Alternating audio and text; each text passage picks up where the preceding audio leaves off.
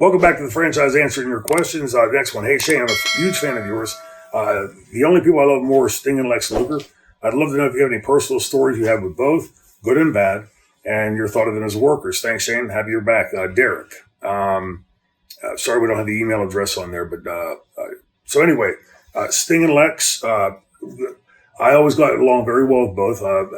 Some of you may remember that I actually moved in with Sting and his wife Sue at the time when I first went to UWF in 85, 6, like I think it was 86.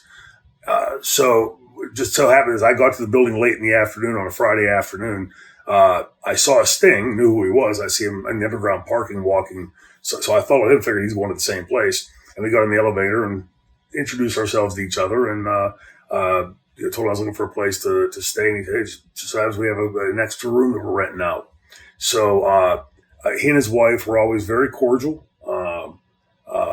Nothing negative to say. Then later, when we would go on the road, we were really hitting the road heavy at that time in UWF. Me, Brad Armstrong, Tim Horner, and Sting were usually grouped up together. And we actually had a suite at the La Quinta near the Charlotte airport that we rented, just a place for us to dump our clothes and bags and stuff. So when we got back into town, we could, sort of be a little bit at home. Sting and Lex, both of them, like I said, I had a great relationship with both. I credit Sting with teaching Shane Douglas how to really work out in the gym. I had been, like most people starting into the gym, just a little bit of this, a little bit of that, doing tries on the same days I'm doing buys or whatever.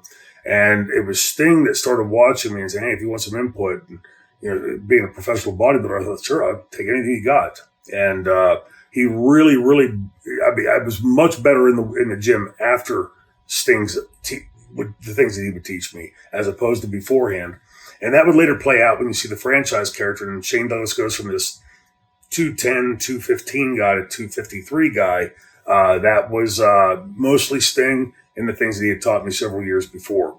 I witnessed Sting and like when he first started working with Flair, and because again, we were all traveling together and you see that Sting on this trajectory.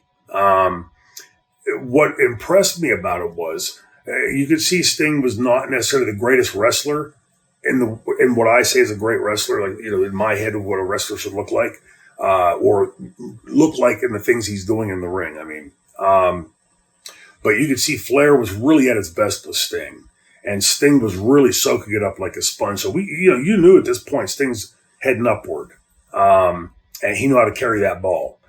Luger, for some reason, I've mentioned this many times before, and I always will because I value it. I never had any problems with Lex. I would see him be off-putting to most other people.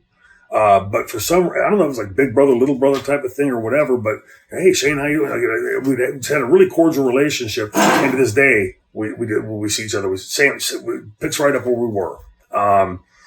So for me, over the years, I've gotten, my mom used to say you don't get to be 50 without living it. And hopefully I picked up a little bit of wisdom in time. I used to be a little more terse and a little more direct in my criticisms. But when I look at Lex and I see where he is now and that he's completely contented. Built like a Greek god, had the world, millions of dollars in the bank and loses it all. And he's so humble today from that. It's one of those things you like to talk about with the human condition. It's easy to be, happy if you're rich. It's easy to, be an asshole if you want to be, if you have $1 million in the bank. But it's when you get down to that really nitty gritty, when you're like right at the precipice, that you really meet the real person. And I'm so happy for Lex. I see him working out, and if anybody can do it, Lex will be the one that can do it, to get out of that wheelchair. And I wish him the best and hope a continued success as he rehabs because he's got the drive to do it. So don't count him out. Sting and Lex both I have very positive relationships with. There was a time in WCW when we were in Australia, I believe, and they had me going over on Sting. And he was dragging his feet a little bit. And because of our previous history, I had gone to his room that night and I said, hey, was there a problem with this? Because I was hoping we were still on good footing with each other. And he said, no, it wasn't that. It was, had something else to do with like business and things, his contract and stuff. But I valued the fact that I could go and confront him like that. And he would do the same thing with me if there was a question. So, yeah, great question for Sting and Lex. And hope I got your question answered for you. Appreciate the question.